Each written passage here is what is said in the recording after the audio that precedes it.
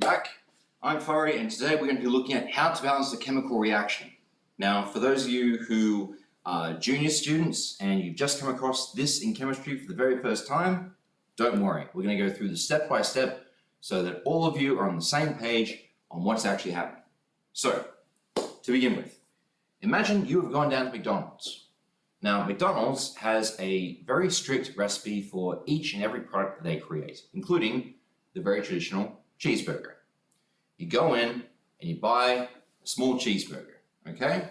It has one bun, it has one slice of cheese, it has one meat patty, a squirt of sauce, and it has 3 bits of onion. Now, imagine, for whatever reason, that they're counting the cost of how much it costs for onions. Let's say they decide to buy 15 slices of onion. Okay, if they have 15 slices of onion in front of them, how many hamburgers could they make?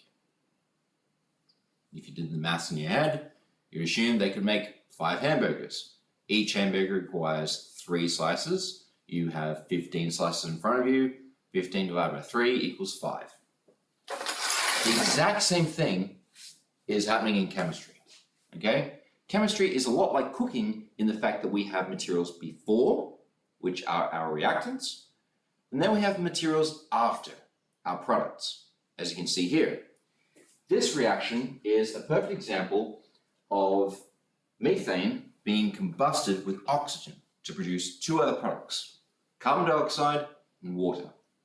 Now, this type of reaction is known as a chemical reaction.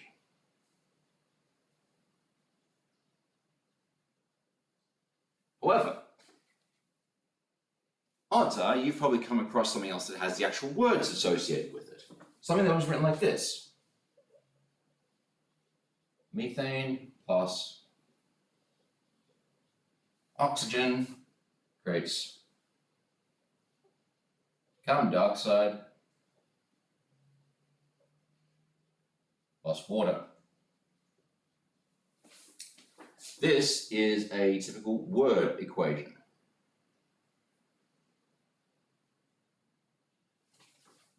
Now, when we're looking at these, in chemistry, we're not really focused on the word equation anymore. The word equation is not important to us. We are focusing on the number of parts that are required to make this happen without violating the law of conservation of mass.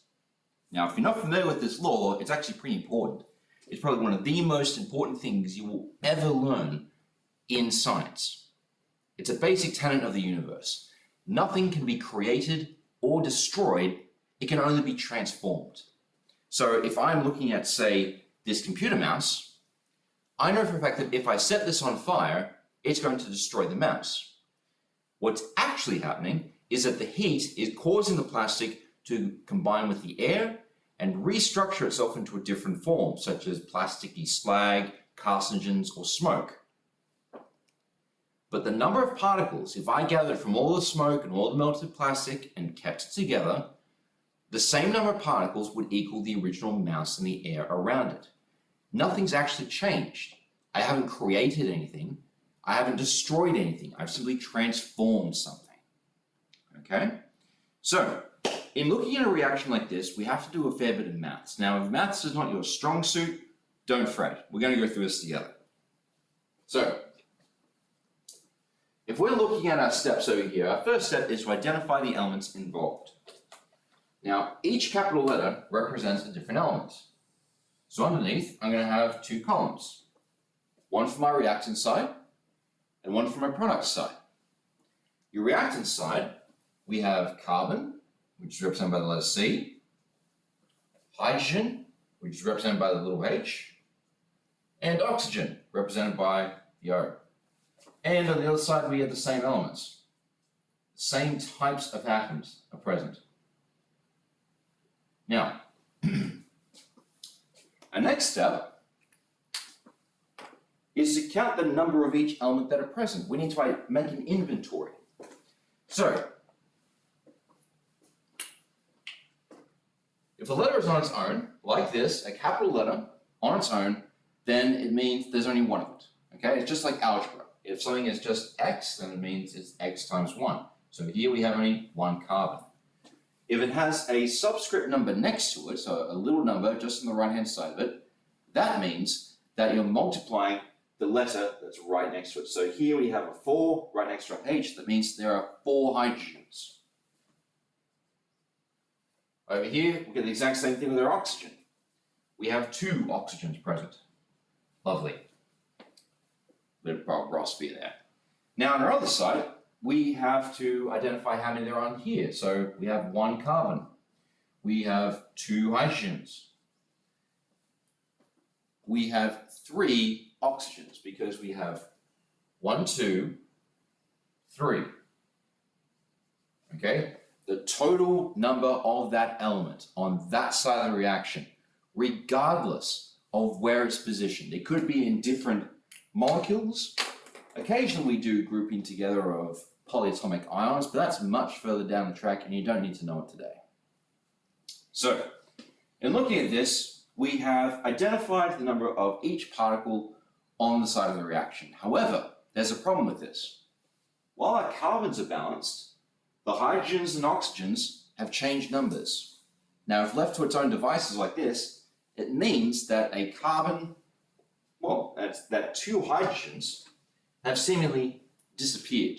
They're just gone from the universe. Conversely, we also have an oxygen that's sprung out of nowhere. Now, in nature, this does not happen. So what we have to do is we have to make sure that we can balance these so that the numbers are now equal. This brings us to our third step. Probably the more trickier one, but one that's definitely very useful when practiced. Balance the equation using pronumerals. So by pronumeral, we're talking about a big number out the front. So, our carbons are equal. We don't have to touch them. Hydrogen here at 4, over here it's 2. In an easy way, we can't get rid of that because that would mean we're changing the nature of that molecule. It would no longer be methane, it'd be something else entirely. We can't do that. We can't change these little numbers. So instead, we're going to double on this side. So our hydrogens over here, I'm going to put a big 2 at the front, like that. So now our count has gone up to 4, whereas the hydrogen has also increased because this big pronumeral is multiplying everything that's inside that molecule, okay, regardless of where it's positioned in there. So it's double the number of hydrogens and it's double the number of oxygens. So that means this oxygen number here has to change as well. We have 1, 2, 3, 4. Okay, so now we have 1, 4, and 4. On this side we have 1, 4, and 2. So, odds are you can predict what's going to happen next. We're going to put a big pronumeral 2 at the front here. What that does is it doubles the number of oxygens, making it 4. Now looking at this equation again, both sides have 1 carbon. Both sides have 4 oxygens. Both sides have 4 hydrogens. The equation has been balanced. Equilibrium has been maintained throughout the universe. Happy as a house on fire. Okay? So, this chemical equation is a very simplistic one. Odds are, if you decide to do chemistry later on, you'll come across a lot more complex ones where you have to really start thinking about, what can be attached to what and how. However, just for today, I want you to find a chemical equation online, have a go at balancing it using this exact same method. Okay? Odds are, over time, you will progress to the point of which you won't need to do this column method anymore. You can just do it in your head. This column method is showing you working out. And at this stage in your education, you need to show your working out to prove you understand the idea behind something, rather than just be able to pull the information out of thin air. All right. That's all we have time for today. As always, I've been Forry. You've been amazing. I'll see you around.